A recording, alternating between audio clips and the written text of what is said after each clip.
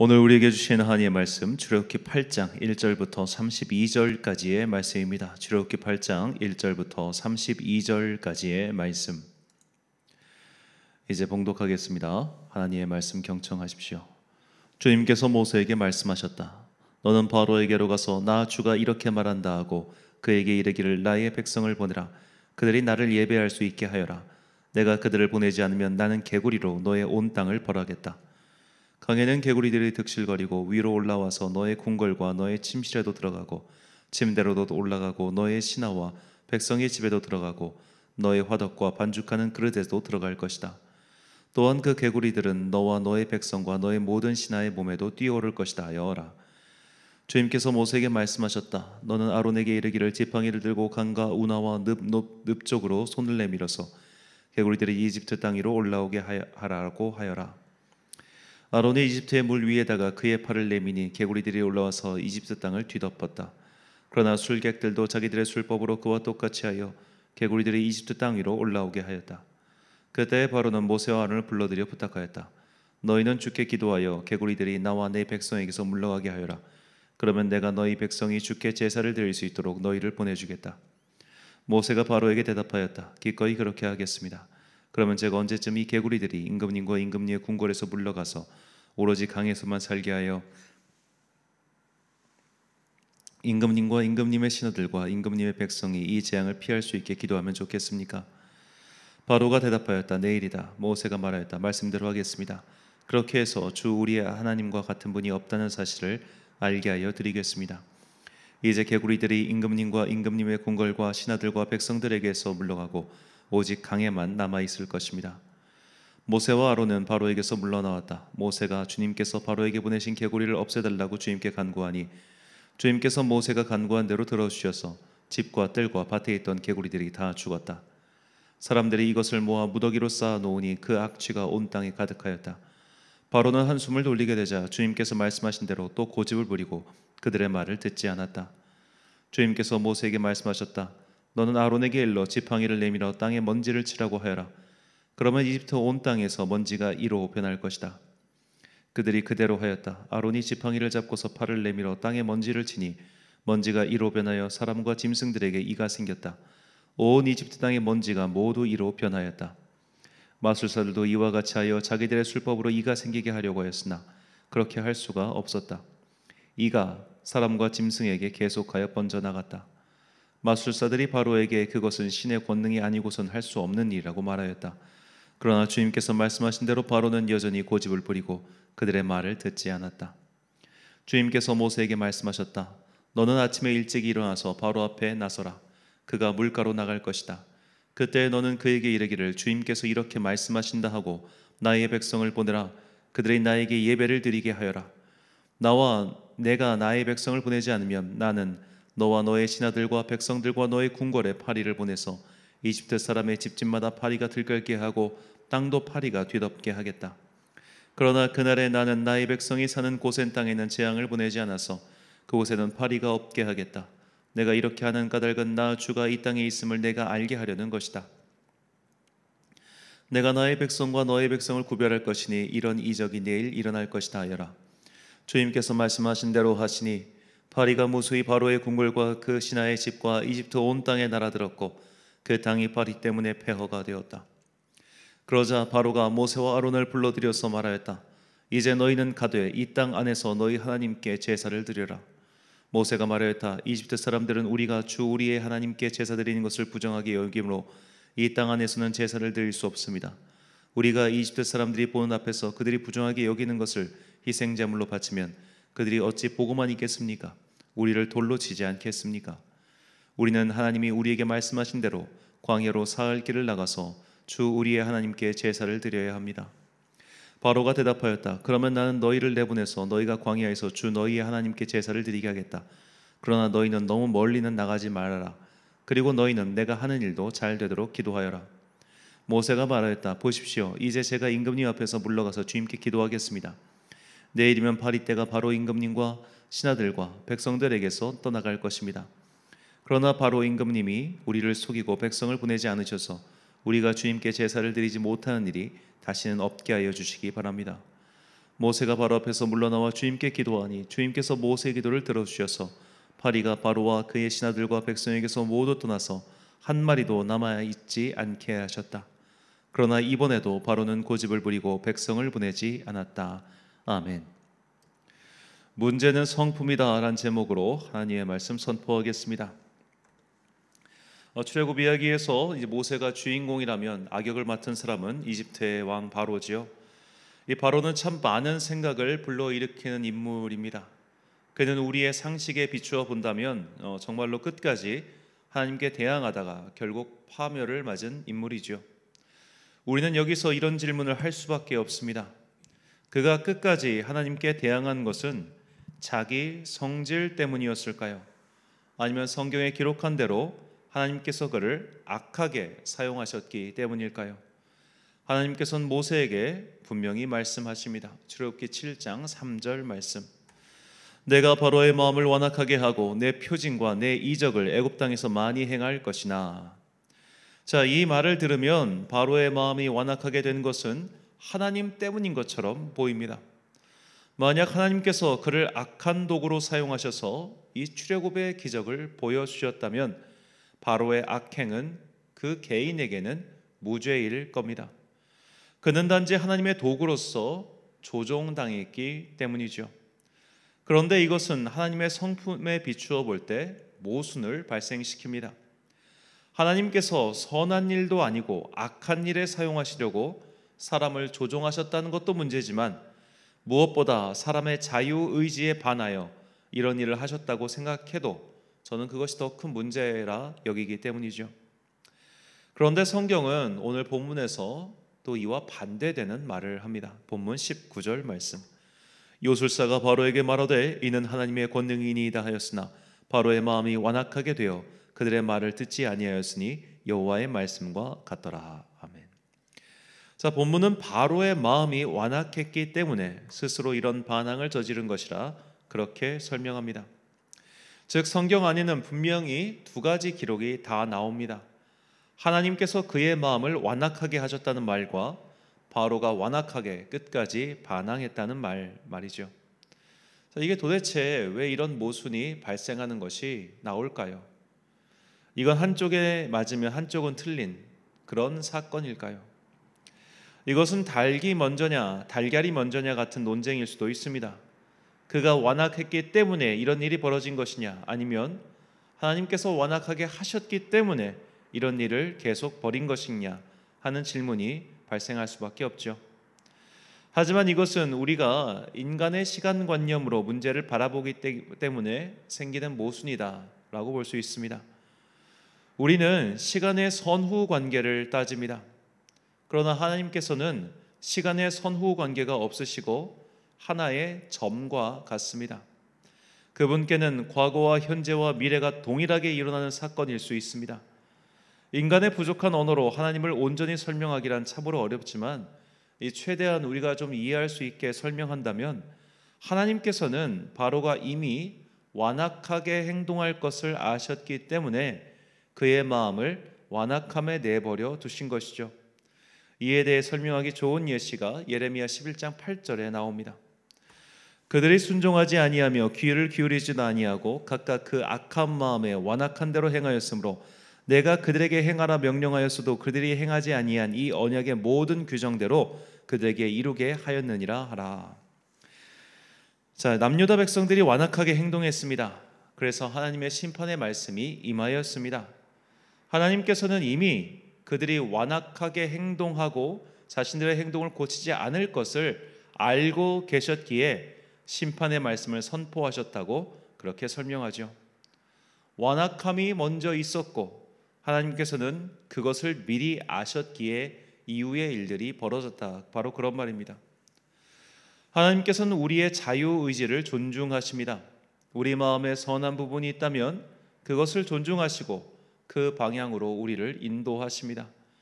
그러나 우리 마음에 악한 것들이 있다면 우리는 악한 길로 흐르는 것을 보게 될 것입니다. 하나님의 일하심이란 상류에서 쏟아지는 물과 같습니다. 상류의 물은 물길을 따라 흐르게 됩니다. 이 물길이 곧 사람의 마음입니다. 우리 마음의 방향이 선한 쪽으로 향해 있으면 그 물길은 선하게 흐를 것이고, 악한 쪽으로 향해 있으면 그 물길은 악하게 흐를 것입니다. 그런데 상류에서 더 많은 물이 쏟아지면 물길은 그 가는 방향으로 더 크게 만들어집니다. 이미 기존에 뚫려 있는 물길이 더 폭이 넓어지는 것이죠.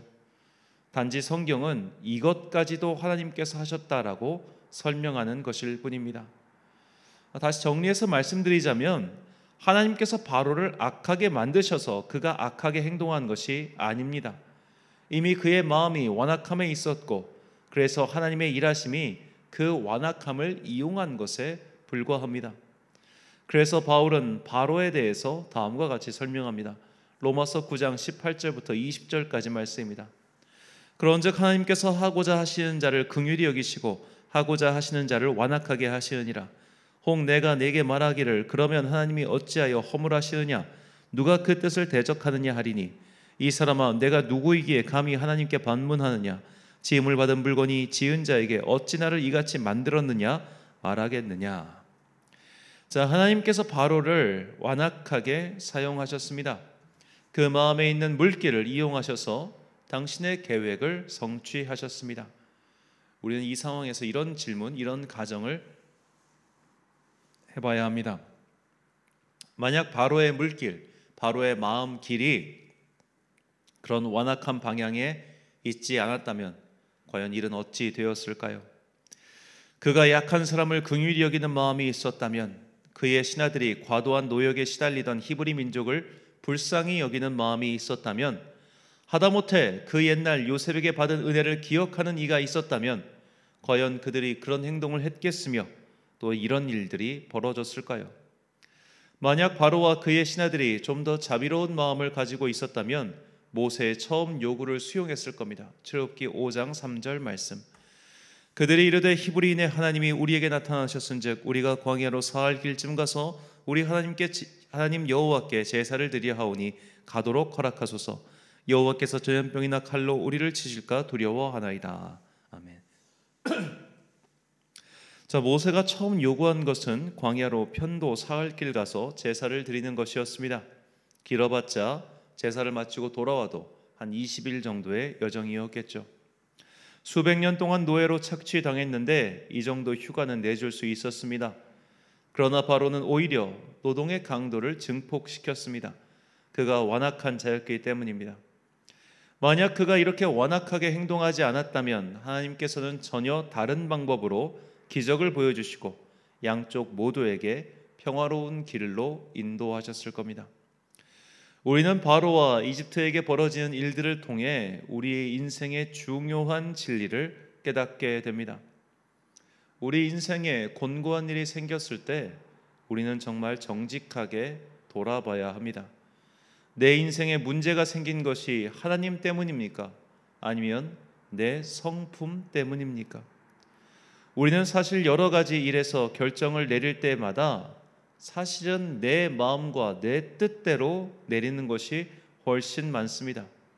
그리고 그 결정의 배경에는 분명히 자신의 성품, 자신의 성질에서 기인한 바가 큽니다.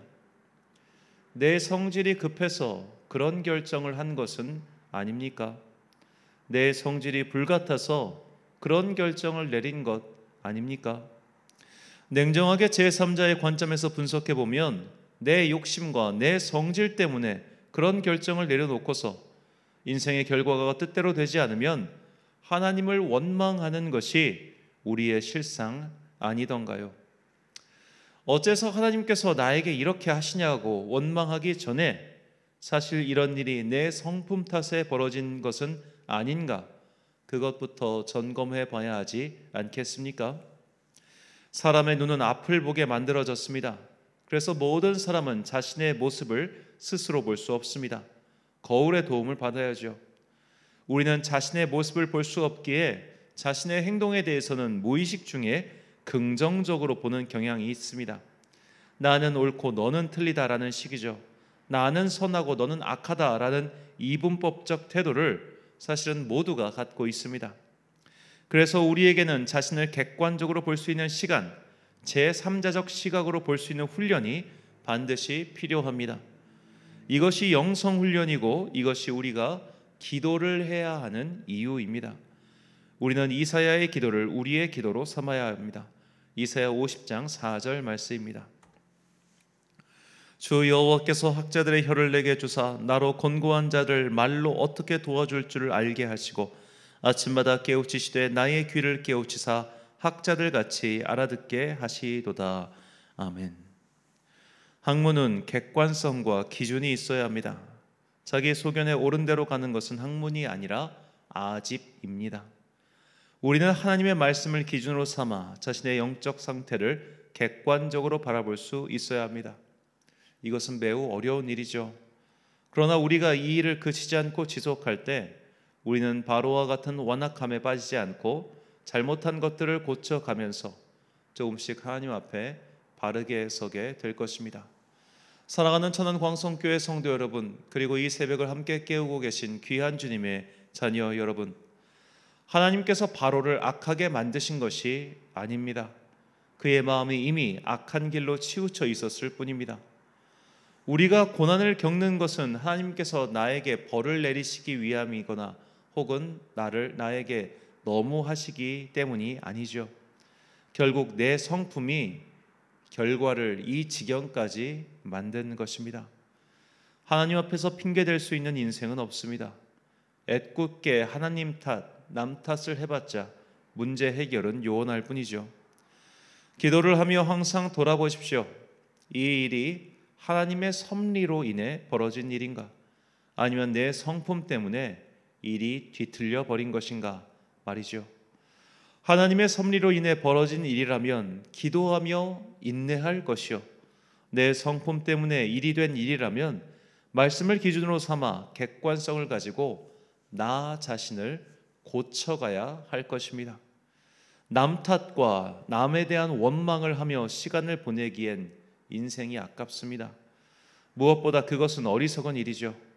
항상 말씀을 기준으로 삼아 성품을 바르게 다스릴 수 있도록 간구하십시오. 그리하여 하나님의 은혜를 흘려보내는 그런 선한 물길의 사명을 잘 감당하고 또한 이루어가는 주님의 성도들이 되시길 간절히 축원합니다. 기도하겠습니다. 사랑과 은혜가 충만하신 아버지 하나님, 우리 인생에 벌어진 여러 가지 일들은 하나님께서 내리신 형벌이나 벌칙이 아니라 내 성질 때문에, 내 성품 때문에 이렇게 꼬이고 어긋나고 이 결과까지 오게 된 것을 깨닫게 하시니 감사합니다. 이제는 우리가 내 인생이 현재 벌어지고 있는 고난, 환난, 어려움, 기타 등등 여러 가지 사건들 앞에서 기도하며 정직하게 바라볼 수 있는 믿음의 눈을 허락하여 주시옵소서. 이 일이 하나님의 섭리 가운데 일어난 일인가? 이 일 뒤에 감춰져 있는 하나님의 뜻이 있는가? 그렇다면 그 시간이 올 때까지 기도하며 인내하게 하옵소서. 만약 이 일이 결국 내 비틀린 성품 때문에, 내 여러 가지 성질머리 때문에 벌어진 일이라면 그런 것들을 말씀을 기준으로 삼아 하나씩 고쳐 나가는 그런 객관성 있는 바른 성도가 되게 하옵소서. 우리는 우리가 어떻게 뒤틀려 있는지조차도 발견할 수 없는 미혹한 자들이오니 이 시간 주님 앞에 나와 기도하는 모든 성도들에게 각자 영적인 눈을 열어 주시옵시고, 그리하여 그렇게 보기 어려운 자신의 내적인 상태, 자신의 영혼의 상태를 직면할 수 있도록 주여 은혜를 베풀어 주옵소서. 날씨가 점점 추워지고 있습니다. 심한 일교차로 인해 우리의 몸이 상하기가 참 두렵사오니 주께서 특히 연로한 성도님들 지켜주시고 그들의 일상이 파괴되지거나 흔들리지 아니하도록 오늘도 따뜻한 성령의 외투를 입혀 주옵소서. 추운 곳에서 군복무하고 있는 청년들 기억해 주시고 그들에게 힘과 용기를 더하여 주시옵소서. 얼마 남지 않은 이 수험 시간, 얼마 남지 않은 대입 수학능력 시험을 준비하고 있는 이 수험생 자녀들에게 지혜를 더하여 주옵시고, 특별히 그들을 위하여 기도하고 있는 믿음의 부모들에게 더욱더 영적인 체력과 그리고 끈기를 더하여 주옵소서. 한 주간의 중간인 수요일입니다. 오늘도 시간과 공간을 구별하여 예배를 드리는 모든 성도들에게 복과 은혜를 내려주시고 말씀을 깨닫는 큰 축복이 임하기를 간절히 소망하오며 이 모든 말씀 우리를 사랑하시는 예수 그리스도의 이름으로 기도드립니다. 아멘. 오늘의 기도 제목입니다. 내가 처한 인생의 난관은 무엇입니까?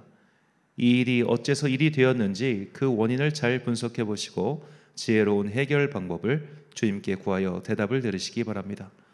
오늘 말씀을 통해 주신 기도의 제목 가지고 묵상과 기도에 힘쓴 하루 되시길 바랍니다. 기도하겠습니다.